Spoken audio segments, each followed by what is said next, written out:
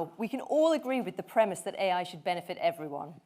But do trade-offs need to be made when it comes to AI inclusivity? What uncomfortable truths might we need to acknowledge, and how can we address these? To lead a conversation that unpacks some of these questions, we're joined by someone who has been recognized as one of Forbes 30 under 30 for his work making the tech industry more inclusive, so one of the good tech bros. He is the co-founder of Colorintech and Black Tech Fest. Please join me in welcoming to the stage Ashleigh Ainsley.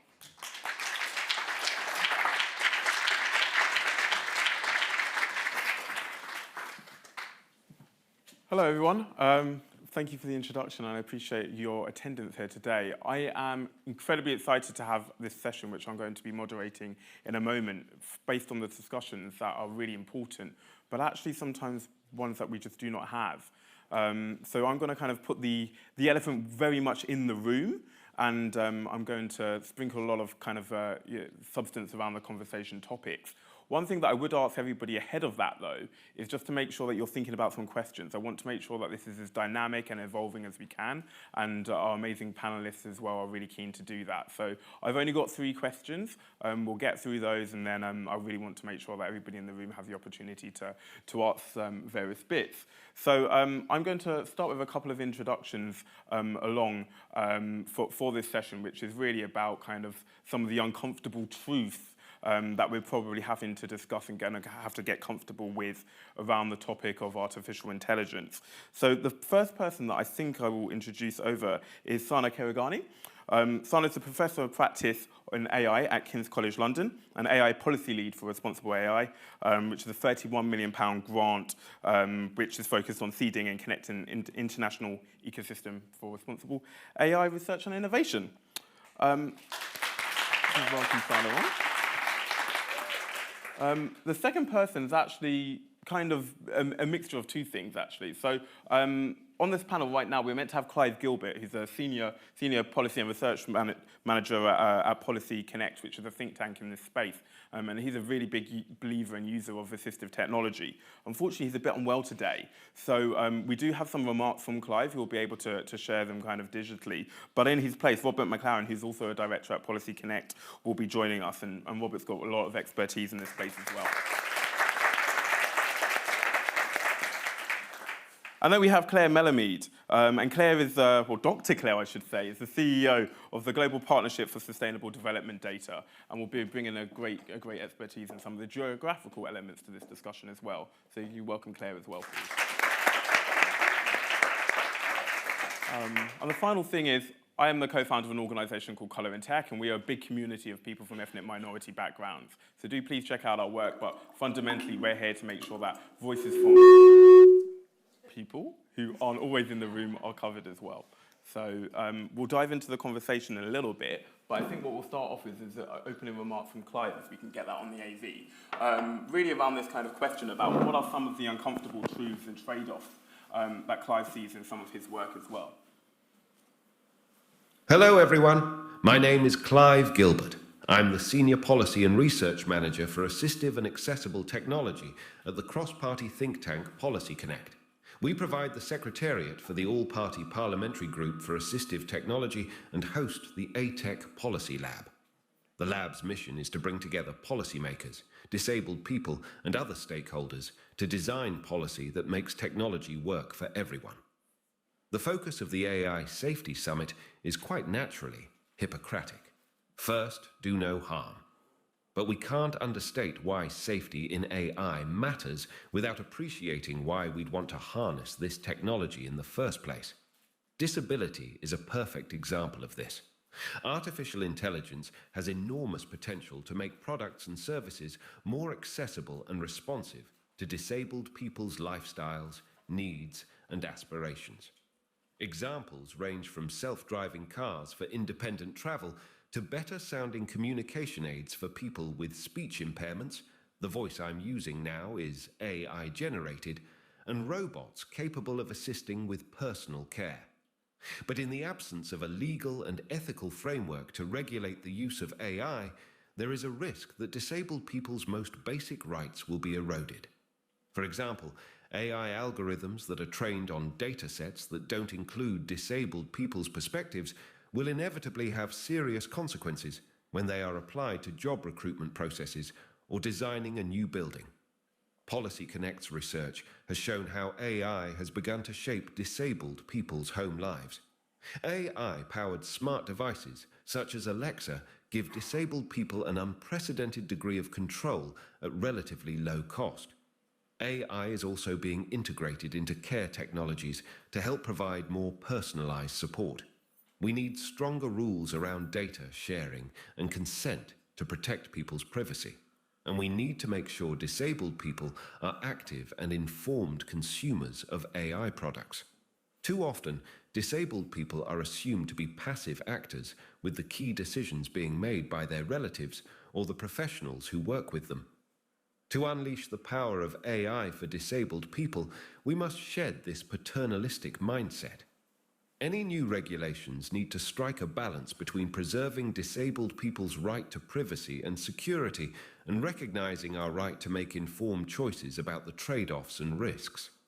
Regulations and standards should be reinforced by action from government and industry to ensure that AI innovation is inclusive innovation, from making disability a permanent fixture on the technology courses taught at our schools and universities to recruiting more disabled people to the tech sector so that they can lead the way to a world in which AI lives up to its promise for everyone.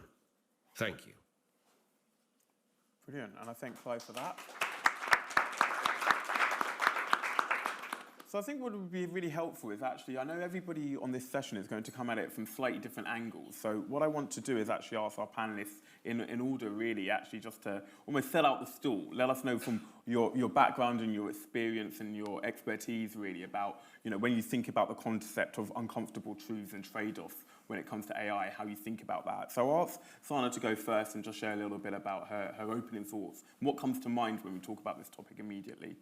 Thank you very much, Ashleigh, and thank you for having me here today. I'm super excited about the week of events, and not to mention the main one happening on Wednesday and Thursday as well.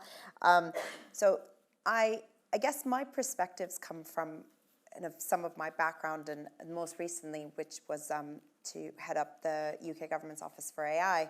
And so there's three things for me that are important in this in terms of uncomfortable truths and trade-offs. The first one is the way things have transpired to date means that we tend to have solutions created by very intelligent folk who are solving big challenges and problems and are driven by the need to solve that problem. And they create a solution, and then that solution then goes out to find problems. And sometimes we find problems like, I don't know how many of you caught the panel this morning, but Mike Woolridge was talking about how one of the things ChatGPT does is it does brainstorming. Well, it wasn't what it was created for, but it is a problem which ChatGPT has now come in and filled a void for. So we have these things where we've got solutions that find problems. But I actually like to think we should be switching that around, and we should be going to the people who own the challenges and finding out what their challenges are, and then bringing the solution owners to those challenge owners and designing solutions that meet those challenges. Now, some of that will require AI, some of that won't, but it actually helps to include some of the people who actually own these challenges in that conversation. So that's the first one. The second is, and this was Mark Warner's point earlier today as well, which he said, there's a lot of nuance in this. And I agree, there needs to be a lot of nuance in the conversation. So it matters. We use this term AI, and we don't do ourselves any favor by using these terms, right? We refer to everything that sits under the umbrella of AI as one thing, right? In the singular, we call it artificial intelligence, which makes it sound magical, and in some ways it really is. But actually, it is a set of technologies, right? And we should be thinking about in what sector and what application of these technologies are we talking about? Because sometimes we really care who's been involved in the conversation and whose data has been used, and sometimes we don't, right? So if the thing is telling you, here's a store you might want to shop at, or here's some food you might like, or a video that you might want to watch, well, actually, it doesn't really matter whether you got that right. It doesn't matter. But there are very specific situations where it does matter. And sometimes very obvious situations where you wonder how anyone could have thought anything different. Like, for example, turning water on when you put your hand under it, right? So we have to be measured and nuanced in the way we talk about these applications. And the third is, we know a lot about the known unknowns, right? We know about them and we talk about them, and it's a continuum, right? And we've talked about that today as well, which is, there are things that the government, for example, has set out in the last couple of days in terms of actual known issues with these technologies today that can be addressed, and that pose national security concerns, right? Those are today problems. We also have all the way on the other side of this continuum the existential risk question, right? And we've been told again today by incredibly intelligent people that there is no way of saying this is definitely not going to happen. There's no mathematical proof. So if we don't have a mathematical proof, we probably need to have a little think about it, right? So, but there's a continuum. And those are our known unknowns, right? But there's a whole bunch of unknown unknowns. And we're never going to discover what unknown unknowns are if we continue having these conversations in the rooms with people we've already met and had conversations with. This is why it's so vitally important to open this conversation up to include much broader set of voices, much more diverse set of voices. Now, this isn't just gender kind of diversity, but this is ability, this is diversity from the country of origin, all of these things, all of these different types of diversity, some of which have been discussed or over-discussed more than others, but opening the conversation up beyond what we've spoken about so far will allow us to start looking into what some of these unknown unknowns are and allow us to make better judgment around the trade-offs that we have to make. Amazing, thank you for that. Robert? Thanks very much. Well, Clive has set things out in more detail, but I thought I'll just pick up one part of his talk, which was about disabled people often being kind of early adopters of technology because we're looking for ways to overcome accessibility barriers. And Clive pointed to the use of smart assistants. I'm dyslexic myself, and as soon as generative AI got good, I'm immediately thinking, how can I use this to proofread my work or get around other kind of literacy difficulties? And that's great in some ways, but it means that in the case of disability in particular, being at the cutting edge can mean being exposed to the most kind of experimental or kind of risky technologies. But then I think going back again to one of Clive's points in his talk, those are trade-offs to our theme today that have to be made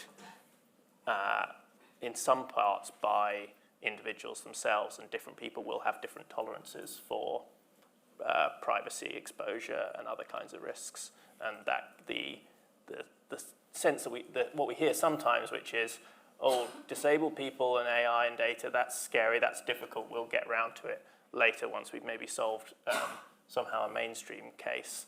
That's not a good idea anyway, and it's certainly not a good idea given that disabled people are often adopting at a fast rate. Amazing. And Claire? Thank you. So I run something called the Global Partnership for Sustainable Development Data. I think I rejoice in the longest name of anyone on the panel.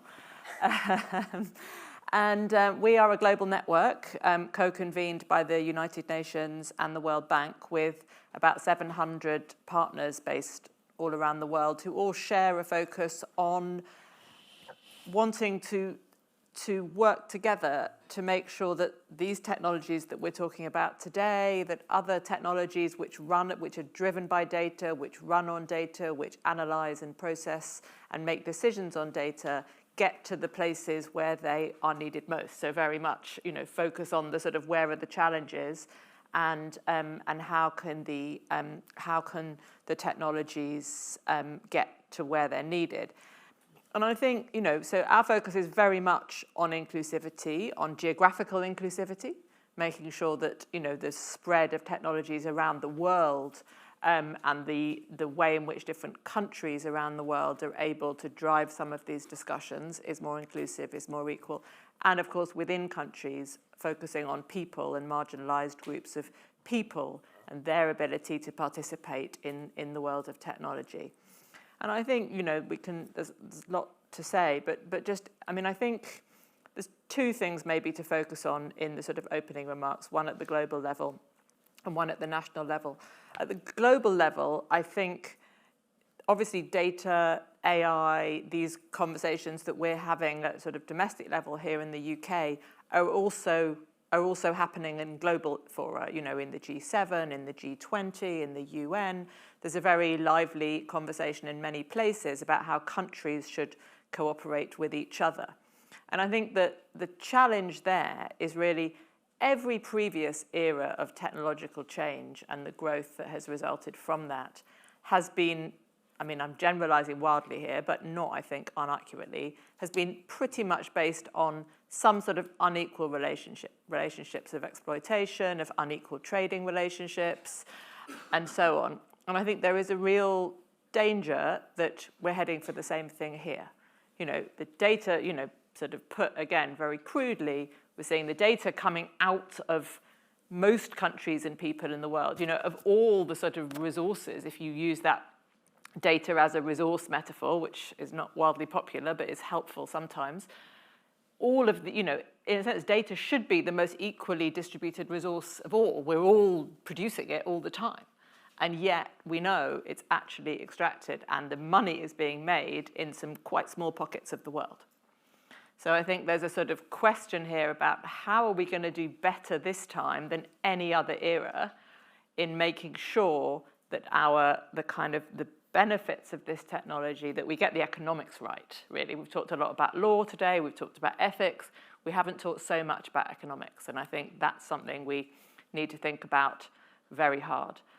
The second thing, I think, at the level of countries is also related to economics, is how much of this is going to cost.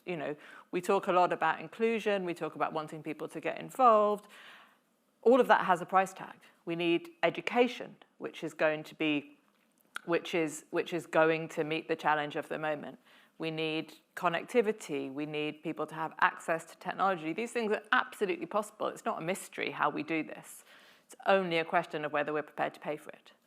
So I think there are sort of two economic issues at the global and at the national level that I would like to start off with. Got it. And that's exactly where this kind of conversation starts. So I think I wanted to break down my questions into three parts. One, when we're thinking about some of these foundational models and almost data in, so to speak, what goes in. Then there's a case of, well, who's deciding what happens once it's there, what are we building? And then, gosh, let's think about the outcomes and what happens afterwards if I take that narrative. But going back to some of the things that you mentioned, Claire, and would love to welcome your thoughts on that. Are those just some inevitable things that we are going to maybe have to get comfortable with? That there will be an unequal geographical distribution of access to this technology, or actually, the ultimate winners from this AI revolution will be the same people who have won historically. There's going to be probably a small pocket of people in Silicon Valley that do incredibly well, and the idea of this kind of trickle down to everybody else is going to be the narrative that contains. Is that something that we need to actually get comfortable with, or is there, do you see something else that we might change? Well, even if it's inevitable, I don't think that we should be comfortable with it. So those are two different things. I don't know. I have to say, against all the evidence of the world as it is, a sort of incurable optimist. So I don't think that that this is necessarily something that we should accept. But I think if it's not going to be the case, also there's always going to be some inequality. Even if, imagine a scenario in which absolutely everybody got access to a thing, somebody will still get it first. There'd still be somebody at the front of the queue and somebody at the back of the queue. So, that's a sort of trite example, but there's always going to be some inequality. The question is it a level of inequality that we can accept because it's taking us to a better place? Or is it the kind of inequality which is actually going to freeze us and deepen and kind of worsen as we go? So I think we have to think about, if we do have a level of inequality, what does that signify in terms of the trajectories? Is it the kind of inequality which is, someone invented this here, but actually now we have a sort of global structure, regulatory regime, which is going to mean that actually someone else here is just as likely to be able to invent this thing and benefit from it, or that we're going to have to somehow have these sort of technology transfers. I do think there's a bit of for me, there's a sort of worrying tendency in the world today where, to some extent, quite understandably, because of sort of historical precedent, one of the policy responses to this is this kind of movement that we're seeing more and more towards data sovereignty, towards people saying, no, let's have a boundary around our data and not export it, and make sure that, if you want to use data from this country, you have to host it in this country, and you have to, which I think, to me, that's sort of taking the wrong lessons from history. If we think about data as a kind of raw material like other raw materials, and we say we want to apply the same lessons to data as we did, say, to cotton, where we want to keep the production in the country and export the finished product because that's going to be where the value is, data's not like that. We can have data in a country and we can have data somewhere else. That's the whole point of data. So I kind of think we want to think about what are the ways in which we need to get the problem right. This is not necessarily only about the data itself. This is about the skills. This is about the infrastructure. This is about making sure that we have a kind of regime that allows small enterprises to flourish, that builds up data ecosystems in countries. So I think we're at a sort of slightly risky moment where there are different trends, globally of, some of them may be heading very slightly in the right direction, some of them in the wrong direction, some of them, some of the other global conversations are just very much focused on, let's open this up and hoover the data up and just put it to where the money is, which clearly is not what we want. I don't think we've found the answer yet. I don't think we really know what to do, to be honest. I think there are lots of conversations going on. They're all slightly different. Hopefully, we'll kind of find a way. But we need to make sure that, this has been a real theme of today, we need to make sure that the right people are at the table, and we need to make sure that we have the kind of imagination to think of, to sort of get this right in an area that we don't really know what it is yet.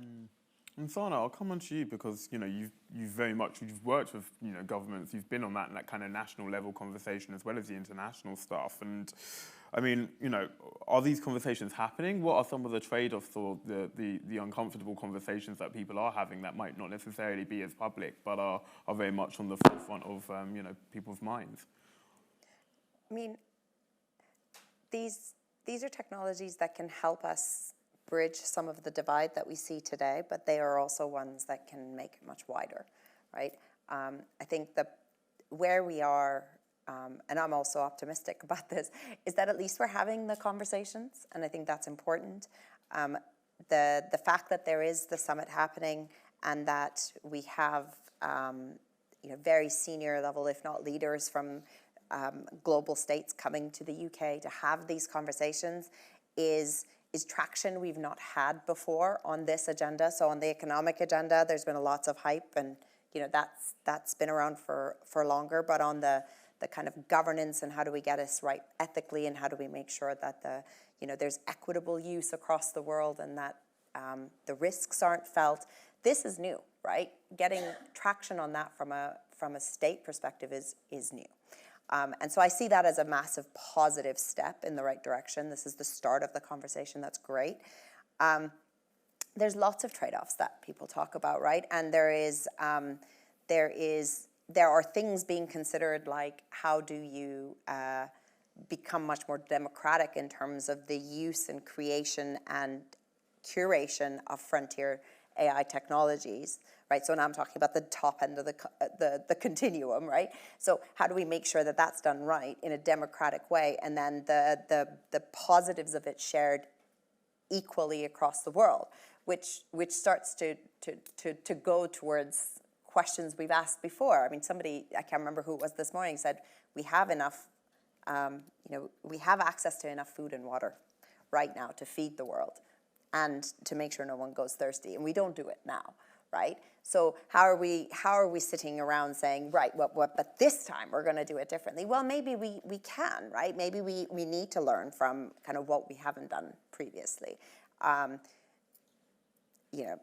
Jury's out. But the point is that if we can put in the types of safeguards that we've been speaking about, make sure that these technologies are actually useful and they are solving problems, then they will help countries jump divides that they haven't in the past. So if we just take skills, for example, allowing, getting to a place where you have a personal assistant on your phone, or the ability to have AI-driven learning, which we have in certain apps today, that feed off of your ability to learn, or to be able to assist people who have disabilities.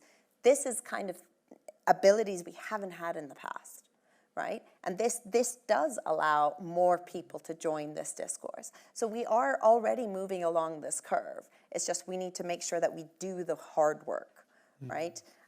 We can't just assume that everyone, we can't have people self-selecting out of this conversation because they say, I don't have a PhD in AI, so I'm not gonna join, right? We need to be the ones who do the hard work to make it easier to understand so more people can get involved in the conversation. Got it. And Robert, I'm going to come to you a little bit, and onto my second kind of theme around like, and I don't want to dwell too much on this because there's going to be a lot of conversation throughout the few days on it, but around kind of who is in that room. And I know you mentioned the point about actually, people with accessibility requirements being, frontier and actually early adopters. But sometimes I've seen things framed as, do you build for, the quickest people, or do you build for like the slowest people? And, this is kind of some sort of trade-off that people kind of present as maybe it's a false dichotomy, maybe that doesn't exist or not. I'm thinking more about when I think about who is in the room and what are we learning from some of the work that you've been doing in Policy Connect, and where you've seen, I know obviously you've done a bit of work with Clive on like the transport stuff as well. Just kind of share with me, I suppose, how you're viewing who is in the room and who is making some of these conversations, especially with regards to accessibility and assistive technology. Yeah, thank you very much. I think as Harriet Harman said, it's not just about listening to people's voices, it's actually about people from different backgrounds being involved in the decision making. And I think that, for example, a colleague of Clive and ours, Priscilla Menzer, who did a policy fellowship with us, looked into government consultation with disabled people over emerging technologies, including AI. And what she found, and we've seen just throughout our work, is that when it comes to the policy space, unless something is explicitly tagged with disability, and I suspect this is the same with a lot of different identity groups, then disability doesn't come up. So if you just do we're going to do a data consultation, well, it might be sort of listed in a kind of, and yes, this should be open to all people, including X, Y, Z, but not really anything more detailed than that. Conversely, of course, if you have a strategy that's about social care or something, it might come up. So there's a kind of sense in which just sort of structurally people get not included in those conversations because certain policy sets are kind of immediately spring to mind disability. Perhaps in a similar way that sort of hopefully this is much more in the past now, but where kind of there were sort of women's issues in policy. Oh, this is childcare, but this is not, and so I think you get some of the same stuff with adult social care and with, specialist education and so on, rather than seeing it as throughout all policy. And I think that feeds then into the AI conversation. But on the positive side, I think one of the things, again, that Clive highlighted in his talk is this idea of personalisation. So to your point about, is there a trade-off between who you design for? The promise, I think, of a lot of the AI-driven technologies is that personalization is the expectation rather than a kind of a previous wave of technology that was more based on a kind of single size for everyone. And also, perhaps, I think a kind of a renewal of almost like a kind of hacker culture where we can kind of make our own technology a bit. I mean, unless you're involved in the technical side of things, you're not going to be shaping that technology in a deep sense, but you're at least able to kind of rig things up using some of the generative AI, and that does give people more agency. Got it. Okay, I'm going to come on to my third theme, and it's only because I want to make sure there's a good time for any audience questions on some of these topics as well. So I'll set the theme when I talk a little bit about, once we've kind of got some of these AI products, services, tools, technology out there in the open, what sort of conversations should we be having as a society around what we see in terms of the outputs of some of this stuff? Some of the trade-offs that have kind of come up have been around kind of like bias reinforcement. I heard Adrian Joseph talking about that a bit earlier, or even the environmental impact. You've not really discussed it from kind of an ESG point of view, but I read a stat that for some of the large language model tools that we're doing, it's the equivalent of every search is like half a litre of water. And it's like, as a society, are we going to have to actually get used to, like, this is going to do a lot for climate, or energy usage or renewable energy, and what does that mean for climate change? What does this mean for intellectual property rights and who owns this stuff once it actually happens? What are some of the conversations that, to be fair, we've not had yet, probably because the technology is so frontier, is so new, but we're rapidly going to see them turning up in the courts, probably, I imagine. And as a society, we probably need to think about, well, are the correct policy or legal frameworks that we have still viable in this new world where we're creating new things, or potentially new things are created for us? Sana, I'd love to hear your thoughts on that, and then I'll come over to Claire and Robert. So yes, some of the technology is new, but a lot of the stuff that we use every day, and we all have, I call it my pocket AI, but I heard someone this morning call it, your magic, your magic device or whatever. Like, these are things that exist, right? Which is why I have a problem with using the word AI, because the technologists tend to talk about AI as the unsolved things, because as soon as you solve it, it's not called AI anymore. We just refer to it as Google Maps, right? Which gets you from one place to another and helps you bypass traffic and all those kinds of things. That's all got AI embedded into it. We talked about weather apps, and lots of different examples of AI that we use every day in our everyday lives, that we just kind of expect to work, and it does for the most part. But the interesting bit for me is that, as we move towards some of the things we haven't talked about, or some of the things that are newer, we just have to, I just feel like at the risk of repeating myself, we have to be nuanced about the types of conversations we're having and what we're talking about. We have to be measured in our approach to what it is that we're looking at. We got to make sure the right people are in the room. So I'll leave it at there, because I'd love to hear what... Claire, do you have thoughts? Yeah, I think there's sort of two different ways to approach this, and partly this is about policy in other areas. So, for example, the climate impacts of AI technologies.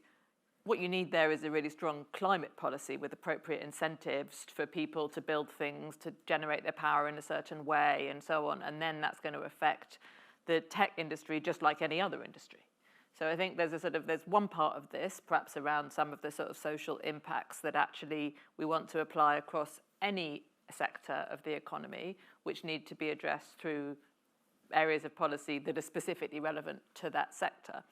But I think, for me, for those things that need to be addressed, particularly in the area of policy and systems relating to AI and tech, I think we need to, I completely agree with Sana, we need to sort of break this down a bit. And one way to break it down is to think about it in terms of a sort of value chain approach. So how do we need to approach inclusivity when it comes to the data sets, to the sort of fundamentals of AI? And I think there, for me, this is all about a focus. For me, the sort of critical thing here is thinking about process rather than outcome. I think we tend to be very focused on kind of outcomes. How do we make sure that this data set is inclusive? But for me, it's much more about making sure that we have systems so that, for example, people get to have some agency over how they're represented in data. Who chooses? We have data sets which are the product of arbitrary choices about what is important enough to collect data about, but who gets to decide that? So I think there's process around how we construct the data. there's process around how we choose the products. You know, whose needs in a kind of market sense, you know, whose demands are reflected in the products which are developed? Who gets to say, you know, I have this problem, who's going to develop the product to solve it? Some people's wants are much more readily turned into the kind of demand which can be realized by developers, others not so much. So how do we make sure that at the sort of product development side, we're getting inclusivity right in terms of the market for new products? And then at the regulation side, this is not about some sort of once and for all magic regulatory framework that's going to solve all our problems forever, because the technology is going to keep changing. This is about making sure, as well as solving the harms of today, we set up systems that mean that people can participate, that we have a way of expressing when we're not happy with something, a way of articulating that to political systems that will respond to our needs. So I think it's thinking about sort of inclusivity at all the different parts of the value chain. Some of this people are going to get involved in themselves. Some of it we're going to want to delegate to governments, thank you very much. But both of them require active choices and a kind of informed choice, I think. And Robert, what sort of lessons can we learn? Obviously, I think you mentioned before around this idea that, you know, there might be a tick box, so to speak. Okay, that's great for disabled people or people with different needs, or, you know, gender or ethnicity, for example. What can we learn from, I suppose, that experience of what we're doing today, based on maybe what Claire's talking about, which is a bit more about, you know, developing it in process, so to speak? How do we move it a bit up the chain and I suppose make sure that some of the conversations we're having aren't kind of like, oh, does that work for wheelchair users? Like, you know, it shouldn't be the afterthought, it should be the before, surely.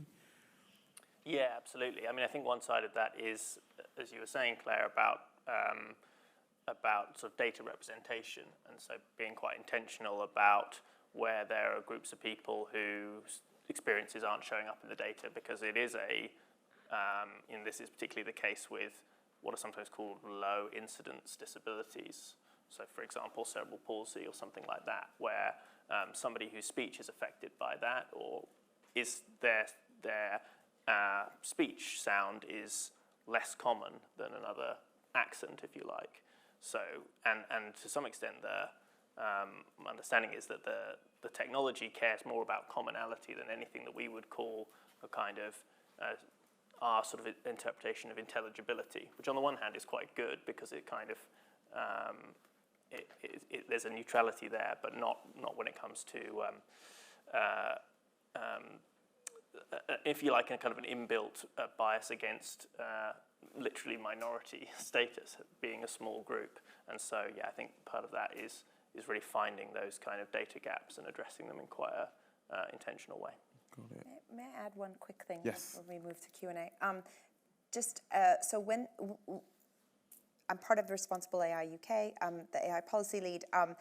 One of the things that when we talk about responsibility is about looking at this from kind of end to end, right? And some of it, that includes the training of the models, right? Which do have this massive drain on power and a carbon footprint and stuff to be considered, right? If we are solving massive problems, but on the other end, we are, creating this massive carbon footprint as we go and burning our planet to get there, that's probably not the responsibility we want in what we've just built, right? So everything we've talked about, including kind of the data sets, the problems, the training, et cetera, this is all the life cycle of, being responsible, responsibly, addressing AI or creating AI applications and solutions. Got it. So we do have time for one quick question. I was doing both in the conversation, but is there anybody who's got their hand up who wants to shout out really quickly? Go on, down there. You've got the mic coming along. Thank you. Sorry, I'm the man with the sign, but I actually want to be the one to ask the question. I'm very interested in the different speeds that society is moving at, both in regards to the development of AI and inclusivity in organizations. So they're moving at two different speeds. AI is moving at lightning speed. Inclusivity and representation in organizations is moving very slowly.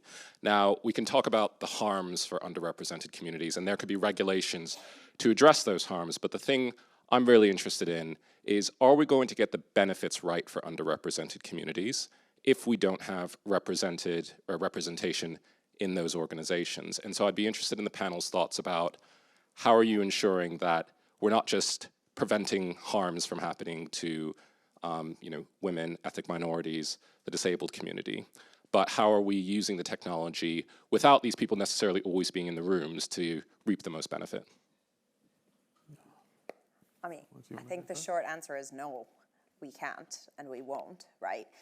But this is the same issue that happens right now when, so if you look from a research perspective, when we have research in silos, it doesn't address the problems we have properly, which is why we have, like responsible AI, we have this, multidisciplinary approach, or, we have centers for doctoral training, which bring people from one area and they bring it head on with tech, and they try to address some of these biases or these kind of inherent split that we have in the way that we address problems or the way that people study, right?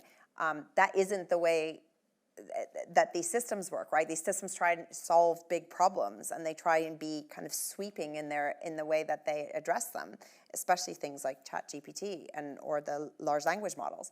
So we have to be much more nuanced and make sure that it keeps up. Now we can't, so do it very quickly, but we got to do better than we are now. And I think things like the Centers for Doctoral Training, programs like the Responsible AI program, and things like that, academically at least, from a research perspective, we're doing better. But Claire? I mean, I completely agree. We can't, and we're not doing it well enough at the moment. And there is a sort of two-speed. I would add a third speed, which is the speed of public policy. So I think we're seeing kind of at least 3 speeds and possibly more. But I think, just to add to what Sana said, I think the other thing that we need is a much stronger civil society voice on these things. I think, obviously there's a lot of things to be worried about in the world. But I think, historically, if you think about, the sort of the Industrial Revolution or, none of these problems have ever been solved just by people sort of choosing to give power away.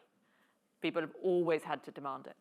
So I think, the other thing that we need is a much stronger and more organized civil society voice expressing very clearly what it wants, how it's going to hold governments to account on that. And I think we don't really have that yet. Robert, any final thoughts to the question? I guess one thing I'd just add onto that is that one of the things that we've emphasised at Policy Connect in our kind of wider AI ethics work is that we have to be kind of ready for things going wrong sometimes. And going to your point about civil society, that the different speed at which we go will partly be affected by those moments where people want to push the brakes because there's been something like this wasn't AI, but an issue of automation in the Royal Mail and so on. There will be real harmful effects, and how we deal with those will be as important as kind of prevention as well. Oh, yeah. Well, I'd just like to say a big thank you to our panellists today. I know we're at time, so thank you. Thank you very much.